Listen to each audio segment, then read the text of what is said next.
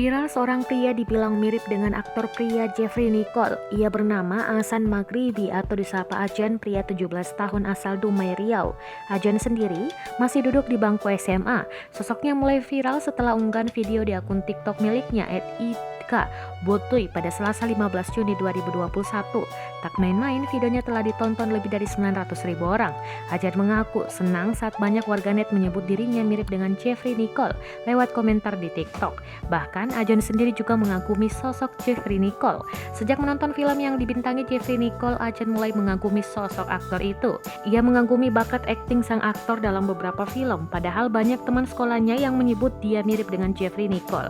Ajan baru banyak mengenal sosok Jeffrey Nicole sejak ia menonton film yang dibintangi sang aktor itu. Saat itulah banyak warganet yang menyebut dirinya mirip dengan Jeffrey Nicole.